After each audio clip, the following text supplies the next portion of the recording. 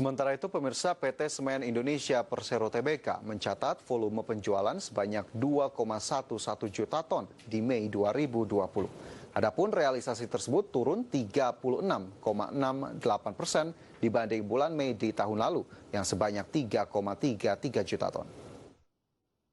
Berdasarkan laporan penjualan bulanan perseroan, volume penjualan semen Indonesia di Mei 2020 termasuk dari PT Solusi Bangun Indonesia Tbk sebesar 1,93 juta ton, turun 38,5% dari realisasi penjualan pada periode yang sama di tahun lalu yang mencapai 3,15 juta ton.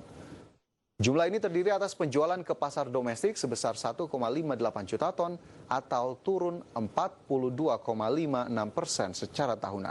Dan penjualan ekspor sebesar 354.860 ton atau turun 10,29% secara tahunan.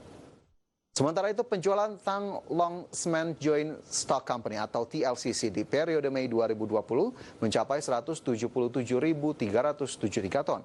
Realisasi ini turun 6,36% secara year-on-year.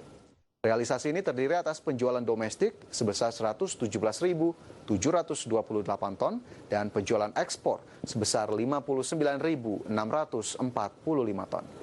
Dan jika diakumulasikan secara year-to-date, Semen Indonesia telah merealisasikan penjualan sebanyak 13,68 juta ton. Realisasi tersebut turun 4,52% dari periode yang sama di tahun lalu, yang mencapai 14,33 juta ton. Sementara penjualan TLCC sejak Januari hingga Mei 2020 mencapai 853.689 ton atau naik 6,79% secara tahunan.